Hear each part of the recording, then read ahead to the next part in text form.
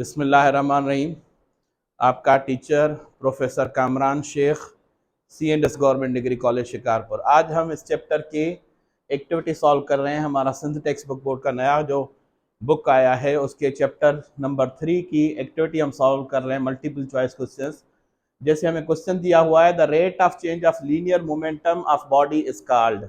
The rate of change of linear momentum of body is called. देखें बेटा, हम पढ़ चुके हैं जैसे F is equal to M A, मैंने पढ़ाया था आपको। हमें पता है A इज इक्वल होता है acceleration which is equal to change in velocity per unit time. अगर हम यहाँ पर रखेंगे F is equal to M, a की वैल्यू पुट करें तो डेल्टा V अपॉन टी, तो F इज इक्वल टू होगा delta m v upon T.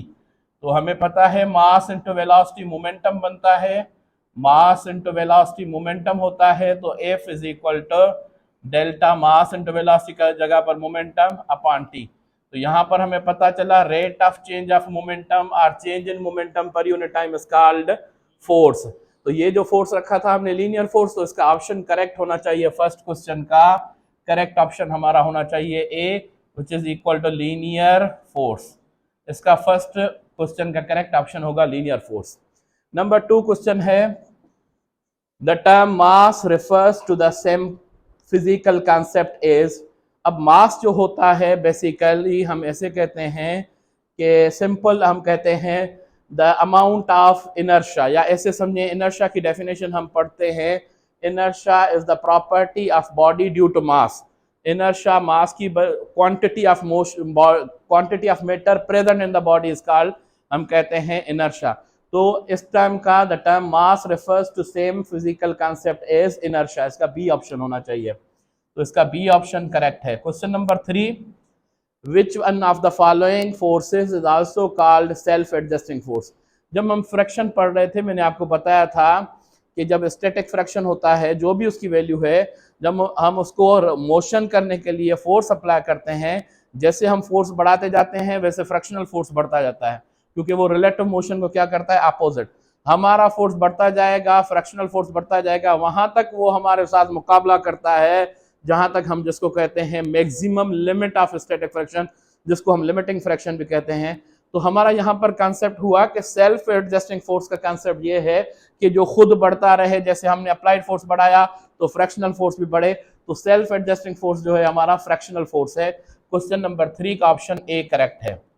Question number 4, the laws of motion shows the relationship between.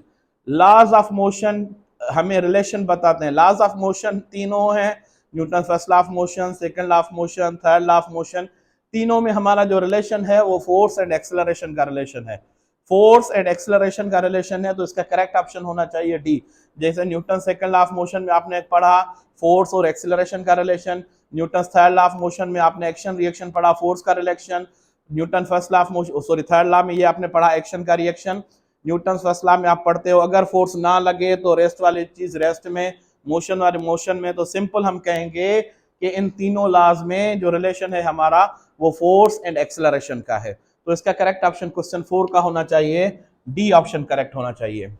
Clear? इसके आगे हम चलते हैं।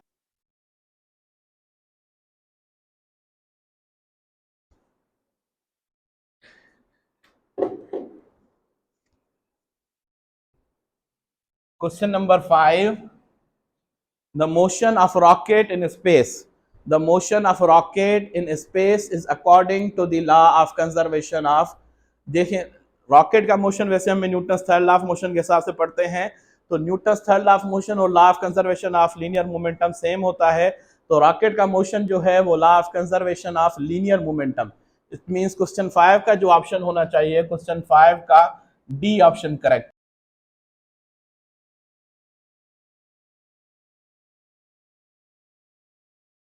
अभी हम क्वेश्चन नंबर 6 सॉल्व करेंगे।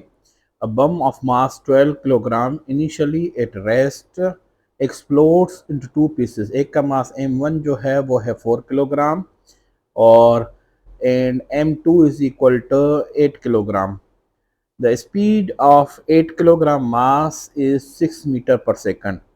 द काइनेटिक स्पीड जो है वो है हमारे पास 6 मीटर पर सेकंड, तो ये v2 मिली हमें।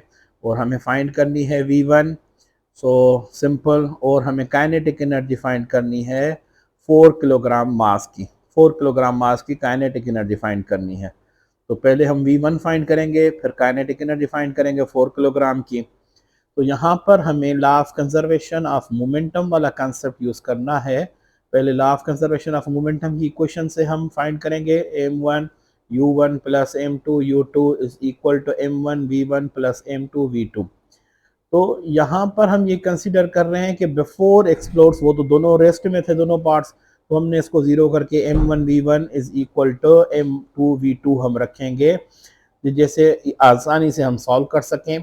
अभी हमें v1 फाइंड करना है, तो v1 is equal to m2 v2 upon m1। Values put करें, v1 is equal to m2 की वैल्यू 8 और v2 की वैल्यू 6 और फिर m1 की वैल्यू हमें रखनी है अपॉन में m1 की वैल्यू 4। जब इसको सॉल्व करेंगे तो 8 6 48, 48 डिवाइडेड बाय 4, तो अभी हमारा आंसर आएगा v1 का 12 मीटर पर सेकंड। ये हमें वेलोसिटी मिल गई। अभी हमें काइनेटिक एनर्जी मालूम करनी है 4 किलोग्राम मास की, तो 1/2 mv स्क्वायर, 1/2 m की वैल्यू हमें मिली हुई है 4 और 12 का स्क्वायर, वेलोसिटी है 12 उसका स्क्वायर। अभी सॉल्व करेंगे तो 2 की टेबल 2 इंटू 12 का स्क्वायर 144, तो ये हो जाएगा 288 जूल, 288 जूल। ये हमारा आंसर आ गया काइनेटिक एनर्जी का। क्वेश्चन नंबर 6 का आंसर है सी। तो यहाँ पर हम लिखें क्वेश्चन नंबर 6 का आंसर 288, सॉरी डी ऑप्शन है इसका। अभी क्वेश्चन 7 को हम सॉल्व करेंगे। क्वेश्चन 7 को सॉल्व करने के लिए हमारे पास फार्मूला है, जैसे हमने रिलेशन पढ़ा है काइनेटिक एनर्जी का मोमेंटम के साथ। तो जैसे ही मोमेंटम इंक्रीज होगा तो कॉमन सी बात है काइनेटिक एनर्जी भी इंक्रीज होगी।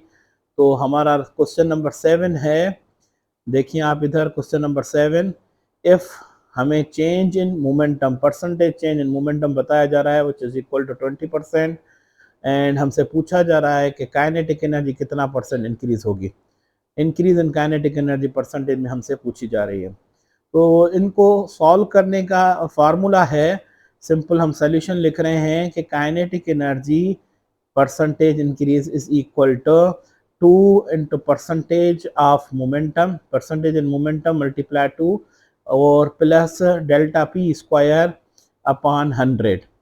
तो यहाँ पर हमने फार्मूला लिख दिया। अभी हम वैल्यूज पुट करके आंसर निकालेंगे। सपोज फॉर एग्जांपल हमने ये डेल्टा वेल्टा को छोड़कर आसान कर दिया प्रॉब्लम को। 2 मल्टीप्लाई मोमेंटम की वैल्यू 20% इंक्रीज मिली हुई है, 2 इंटू 20 प्लस 20 का स्क्वायर अपॉन एम की वैल्यू ये 100 हमने रख दिया। तो 2 इंटू 20 बिकम 40 प्लस 20 की स्क्वायर 400 डिवाइडेड बाय 100 कर दिया हमने। तो ये 40 प्लस 4 बिकम 44, तो काइनेटिक एनर्जी 44% इंक्रीज होगी। मोमेंटम 20%, तो काइनेटिक एनर्जी 44% इंक्रीज होगी। अच्छा, एक एग्जांपल हम और भी पढ़ रहे हैं जो इस एक्टिविटी में नहीं है। Suppose for example momentum increase होता है 30% और हमसे पूछा जा रहा है बताएं काइनेटिक एनर्जी कितनी इंक्रीज होगी।